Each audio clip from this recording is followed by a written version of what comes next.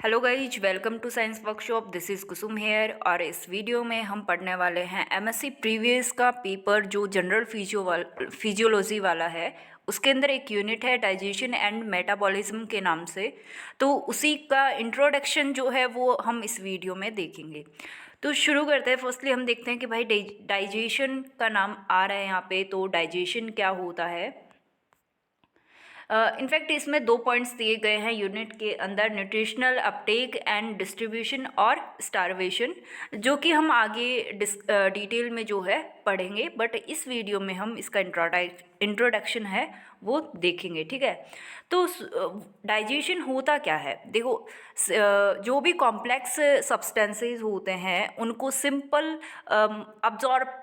Absorb कर सके जिस मॉलिक्यूल को बॉडी, और उन सब्सटेंसेज में, उन मॉलिक्यूल्स में ब्रेक डाउन करना ही एक तरह से क्या है, डाइजेशन है। और ये जो प्रोसेस होती है, ये प्रोसेस किसके द्वारा होती है, कुछ डाइजेस्टिव एंजाइम्स के द्वारा होती है। ठीक है, सो the process of conversion of complex food substances to simple absorbable forms is called digestion। यानी कि जो कॉम्प्लेक्स फूड सब्सटेंसेस होते हैं उनको सिंपल अब्जॉर्बेबल फॉर्म में कन्वर्ट करना ही डाइजेशन है। ठीक है, digestion is carried out our digestive system by mechanical and biochemical methods। जो डाइजेशन की प्रोसेस है वो डाइजेस्टिव सिस्टम के अंदर मैकेनिकल और कुछ बायोकेमिकल मेथड्स के द्वारा ही होती है। कुछ मैकेनिकल प्रोसेसेस होती है, कुछ बायोकेमिकल प्रोसेसेस होती है, और इसके द्वारा डाइजेशन की प्रोसेस जो है वो कंप्लीट होती है। ठीक है, टाइप्स ऑफ डाइजेशन, अगर हम टाइप की बात करें डाइजेशन के, तो मेनली दो टाइप का होता है। फर्स्ट है इंट्रासेलुलर। इंट्रासेलुलर का मतलब क्या हुआ, ऐसा डाइजेशन का प्रोसेस जो कि सेल के अंदर ही होता है, इनसाइड ऑफ द सेल। ठीक है, तो वो प्रोसेस क्या कहलाएगा, इंट्रासेलुलर डाइजेशन कहलाएगा। और सेकंड टाइप है एक्स्ट्रा सेलुलर डाइजेशन, यानी कि ऐसा डाइजेशन का प्रोसेस जो कि सेल के बाहर, या फिर हम जब एलिमेंट्री कैनाल की बात कर रहे होते हैं, outer side of the cell या फिर एलिमेंट्री कैनाल के अंदर जो डाइजेशन की प्रोसेस होती है उसको हम क्या कहेंगे, एक्स्ट्रा सेलुलर डाइजेशन कहेंगे। ठीक है, नेक्स्ट आता है कैरेक्टर्स ऑफ डाइजेस्टिव एंजाइम्स। जैसे कि हमने पीछे देखा, कुछ डाइजेस्टिव एंजाइम की हेल्प से जो है डाइजेशन की प्रोसेस कंप्लीट होती है। तो इन डाइजेस्टिव एंजाइम्स के कैरेक्टर्स क्या क्या हैं। All digestive enzyme has hydrolytic nature. सारे जो डाइजेस्टिव एंजाइम हैं वो हाइड्रोलाइटिक नेचर को रखते हैं। These enzyme secretes from digestive part और alimentary canal। ये डाइजेस्टिव एंजाइम जो है वो डाइजेस्टिव पार्ट से सीक्रेट होते हैं या फिर एलिमेंट्री कैनाल से सीक्रेट होते हैं। So elementary canal is also a digestive part. These enzymes are functional at specific pH and temperature। ये जो डाइजेस्टिव एंजाइम है ये एक स्पेसिफिक पीएच और टेम्परेचर पे ही फंक्शनल होंगे। ठीक है, इनके लिए काम करने के लिए एक स्पेसिफिक पीएच होनी चाहिए, स्पेसिफिक टेम्परेचर होना चाहिए, उसी पे ये काम करेंगे, फंक्शन करेंगे। ठीक है, many enzymes are found in these inactive stages during secretion। कई एंजाइम होते हैं जो कि जब उनका सीक्रेशन होता है वो इनएक्टिव स्टेज में होते हैं। ठीक है, but they are activated before they can participate in digestion. लेकिन वो डाइजेशन की प्रोसेस में पार्टिसिपेट करने से पहले एक्टिव हो जाते हैं। ठीक है, सीक्रेशन के टाइम में वो इनएक्टिव होते हैं कुछ एंजाइम, लेकिन डाइजेशन की प्रोसेस के अंदर पार्टिसिपेट करने से पहले वो एक्टिव हो जाएंगे। ठीक है, फॉर एग्जाम्पल पेप्सिनोजन जो एंजाइम है वो इनएक्टिव होता है जब उसका सीक्रेशन होता है, लेकिन बाद में HCl की प्रेजेंस में वो पेप्सिन में कन्वर्ट होगा जो कि एक एक्टिव एंजाइम होगा। ठीक है, इसके अलावा एक एग्जाम्पल और देखते हैं, प्रोरेनिन, जो कि इनएक्टिव स्टेज में होता है और पेप्सिन की प्रेजेंस में रेनिन में कन्वर्ट हो जाता है। यहाँ पे थोड़ा टाइपिंग मिस्टेक है, रेनिन आएगा यहाँ पे, वन सेक, यहाँ पे आ जाएगा रेनिन। किसमें कन्वर्ट हो जाएगा, रेनिन में कन्वर्ट हो जाएगा। ठीक है, यहाँ पे थोड़ा सा टाइपिंग मिस्टेक है, इसको थोड़ा सा ठीक कर लेंगे। सो पेप्सिनोजन जो है इनएक्टिव था, HCl की प्रेजेंस में पेप्सिन में कन्वर्ट हुआ जो कि एक्टिव एंजाइम है। इसी तरह प्रोरेनिन जो है वो इनएक्टिव स्टेज में था, पेप्सिन की प्रेजेंस में रेनिन के अंदर कन्वर्ट हो गया जो कि एक एक्टिव एंजाइम है। ठीक है।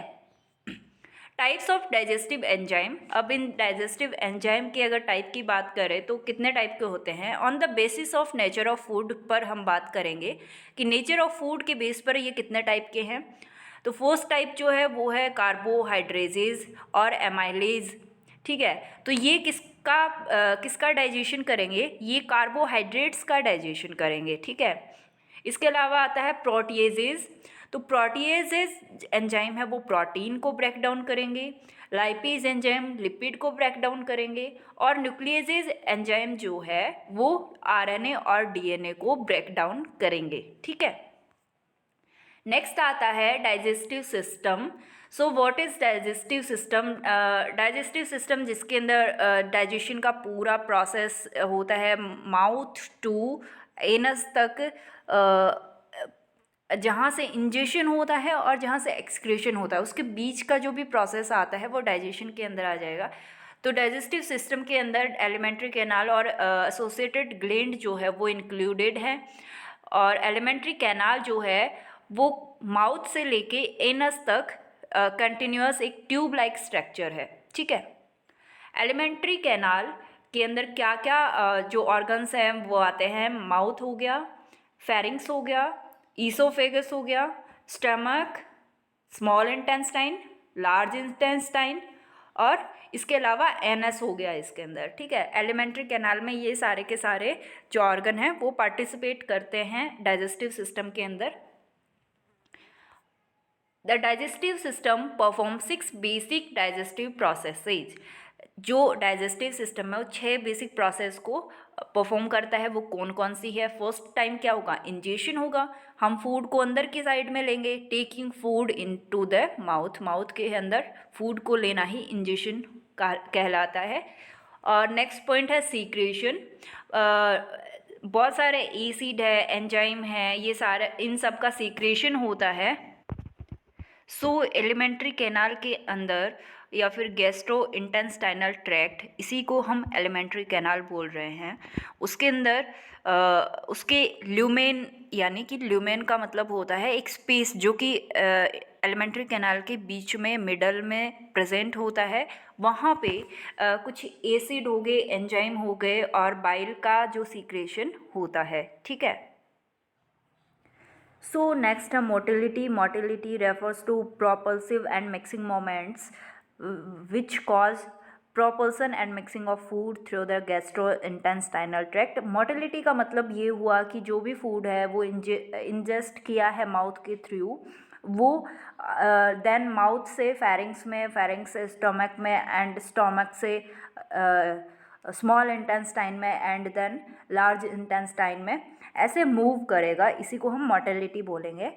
नेक्स्ट आता है digestion, mechanical and chemical breakdown of food. Then होता है डाइजेशन, यानी कि फूड का मैकेनिकल और केमिकल ब्रेकडाउन होगा। नेक्स्ट जो स्टेप है वो है अब्जॉर्प्शन। जो भी फूड है उसका जो ब्लड और लिम्फ के अंदर है वो अब्जॉर्प्शन हो जाएगा। जो डाइजेस्टेड फूड है वहाँ उसका अब्जॉर्प्शन ब्लड और लिम्फ में हो जाएगा। नेक्स्ट है defecation, the elimination faeces of from the gastro intestinal tract, यानी कि जो भी वेस्ट मटेरियल बच गया फूड का अब्जॉर्प्शन करने के बाद में वो बॉडी से बाहर निकाल दिया जाएगा। इसी को हम डिफिकेशन कहेंगे। ठीक है। नेक्स्ट देखते हैं हम main component of food. Food के मेन कंपोनेंट कौन कौन से होते हैं? कार्बोहाइड्रेट हो गया, प्रोटीन हो गया, विटामिन हो गया, फैट हो गया, मिनरल्स हो गया, वाटर हो गया। ये सारे क्या हैं? मेन कंपोनेंट ऑफ फूड हैं। ठीक है। फर्स्टली हम इनके बारे में एक बेसिक सी चीज़ें देख लेते हैं कि कार्बोहाइड्रेट जो है वो सिंपल सोर्स ऑफ एनर्जी होते हैं और इनके अंदर हाइड्रोजन और कार्बन का रेशियो 2:1 होता है। लेकिन हर टाइम ये सेम रेशियो रहे, ये ज़रूरी नहीं होता हर एक कार्बोहाइड्रेट में ये सेम रेशियो रहे, ये ज़रूरी नहीं है। Carbohydrates are divided into monosaccharide, oligosaccharide and polysaccharide. ये कार्बोहाइड्रेट जो है इनके अंदर डिवाइड किए गए हैं किस किस में, मोनोसेकेराइड, ऑलिगोसेकेराइड और पॉलीसेकेराइड में। देन हम देखते हैं function of carbohydrates.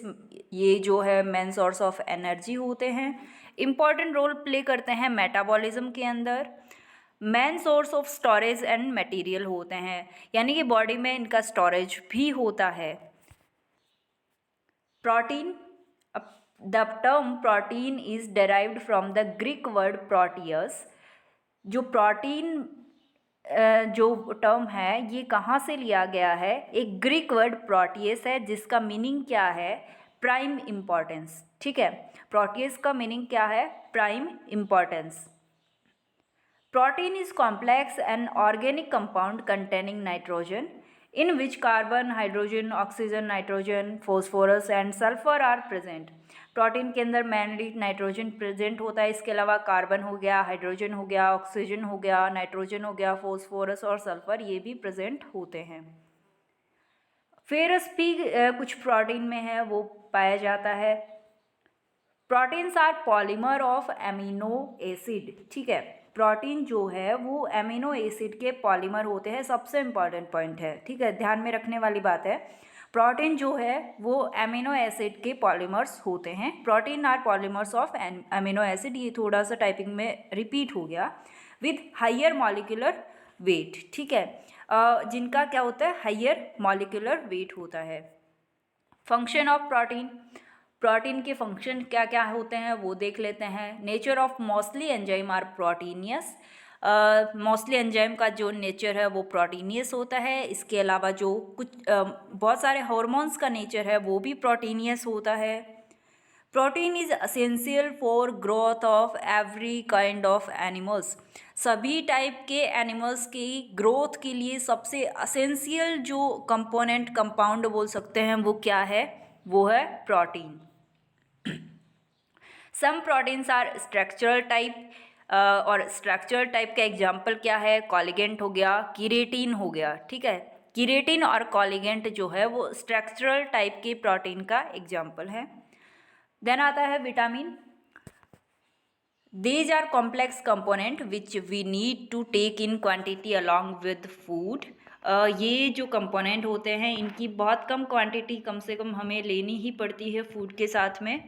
Many type deficiency disease due to deficiency of vitamin. Vitamin की अगर कमी हो जाए तो बहुत सारे टाइप की डेफिशिएंसी डिजीज हो जाएंगी। फॉर एग्जांपल बेरी हो गया, इसके अलावा रिकेट्स हो गया, स्कर्वी हो गया जो कि विटामिन सी की डेफिशिएंसी से होता है berry.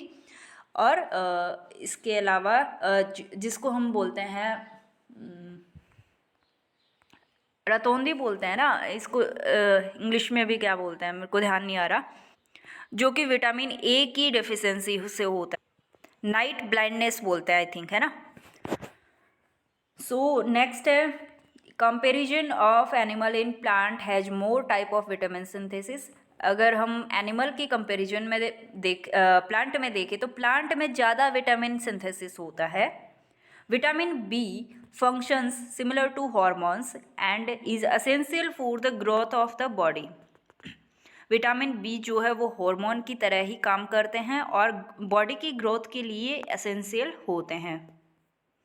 Types of vitamin, vitamin दो टाइप के होते हैं, एक होते हैं फैट सॉल्युबल और दूसरे होते हैं water soluble vitamin. Fat soluble में कौन कौन से इंक्लूडेड है, ए, डी, ई, के, और वाटर सॉल्युबल में कौन से हैं, विटामिन बी और सी। ठीक है, विटामिन बी और सी वाटर सॉल्युबल में है। फैट में सॉल्युबल कौन से हैं, ए, डी, ई, के। ये विटामिन किस में सॉल्युबल है, फैट के अंदर।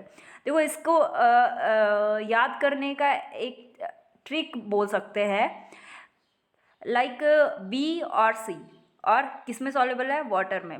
तो बी और सी से क्या बन गया, बी और सी से बन गया भाई भैंस। ठीक है, क्या बन गया, भैंस बन गया।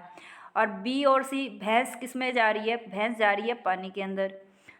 किस में जा रही है, पानी के अंदर जा रही है। सो बी और सी भैंस, और पानी में जा रही है, यानी कि वाटर सॉल्युबल विटामिन है। ये बस याद करने के लिए मैंने बोला है, ठीक है। नेक्स्ट है function of vitamins. It stimulates the growth of body, body की ग्रोथ को स्टिमुलेट करता है। Necessary for protein synthesis, protein की सिंथेसिस के लिए बहुत ही नेसेसरी है। Responsible for normal growth of teeth and bones, bones और टीथ की ग्रोथ के लिए रिस्पॉन्सिबल होता है। Function as an antioxidation, antioxidation की भी तरह भी फंक्शन करता है। नेक्स्ट आता है fat and lipid. These are organic compound, ये ऑर्गेनिक कंपाउंड होते हैं। Lipids are soluble in non polar solvent. देखो पोलर सॉल्वेंट कौन से होते हैं? पोलर सॉल्वेंट वो होते हैं जो हाइड्रोफोबिक होते हैं, सॉरी हाइड्रोफिलिक होते हैं। सो नॉन पोलर होते हैं हाइड्रोफोबिक, और हाइड्रोफोबिक का मतलब जो कि वाटर से दूर भागते हो, वाटर हेटिंग जिनको हम बोलते हैं, ठीक है। सो फैट जो है किसके अंदर सॉल्युबल होंगे? जो वाटर में सॉल्युबल नहीं होंगे, ठीक है। लिपिड्स जो है वो उसमें सॉल्युबल होंगे जो वाटर में सॉल्युबल नहीं होंगे। These are made up of carbon, hydrogen और oxygen. It is found in both plant and animals. ये plant और animal दोनों के अंदर ही पाए जाते हैं। The main component of the cytoplasm also lipid. Important point है, the main component of the cytoplasm also lipid. Cytoplasm का मेन कंपोनेंट है क्या है? लिपिड है। Lipid are divided into simple compounds and derived lipid. Lipid को divide किया गया है simple compounds and derived lipid. ये अलग अलग simple compounds lipid and derived lipid. Function of lipid, lipid के काम क्या क्या है भाई? मेन सोर्स ऑफ एनर्जी हैं कार्बोहाइड्रेट की तरह ही, और इसका फंक्शन है as a storage material.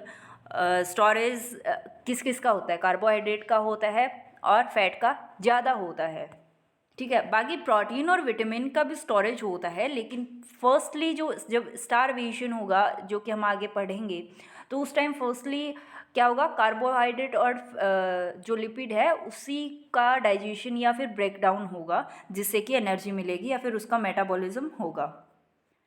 It's responsible for permeability and cellular composition of cell membrane. Cell membrane की परमिएबिलिटी के लिए ये रिस्पॉन्सिबल होता है। Steroid and sex hormones made up of fat derivatives. जो स्टीरॉइड होते हैं और सेक्स हार्मोन्स होते हैं वो किससे बने होते हैं? फैट डेरिवेटिव से बने होते हैं, जो कि एक तरह से लिपिड के अंदर ही आते हैं। नेक्स्ट आता है minerals. They are about 20 type of element present in animal tissue. 20 type के समथिंग जो एलिमेंट हैं वो एनिमल टिश्यू के अंदर पाए जाते हैं।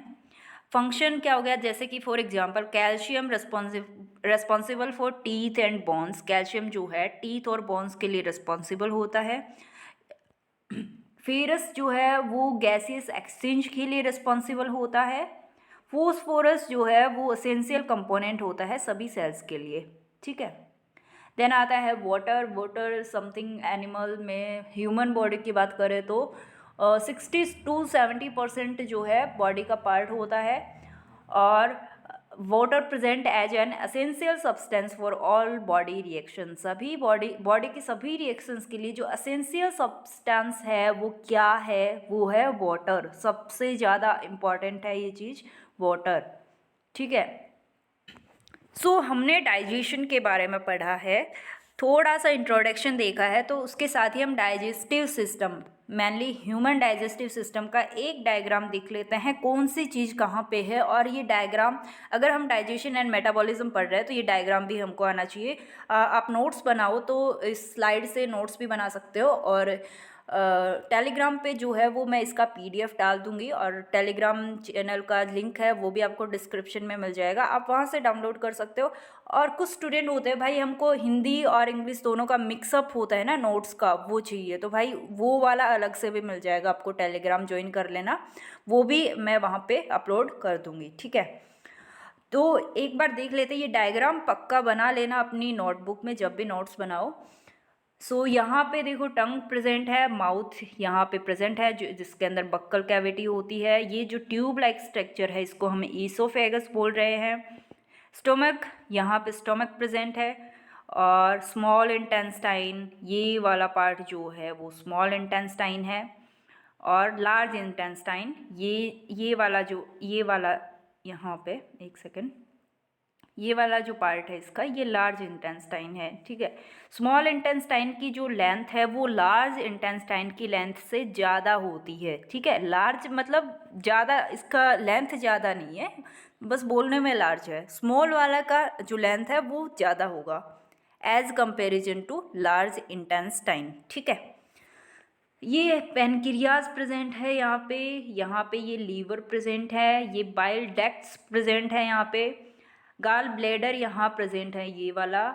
और ये इसके ऊपर की साइड में यहाँ पे ये डायफ्राम प्रेजेंट है। यहाँ जब हम इसको डायफ्राम वगैरह को जब रेस्पिरेशन वगैरह पढ़ते हैं तब पढ़ेंगे, ठीक है। सो गाइज मिलते हैं नेक्स्ट वीडियो में। अगर वीडियो अच्छा लगा तो प्लीज़ लाइक कर दीजिए, सब्सक्राइब कर दीजिए एंड अगर अपने दोस्तों को किसी को ज़रूरत हो इस वीडियो की तो उसको शेयर भी कर देना। So thank you so much guys.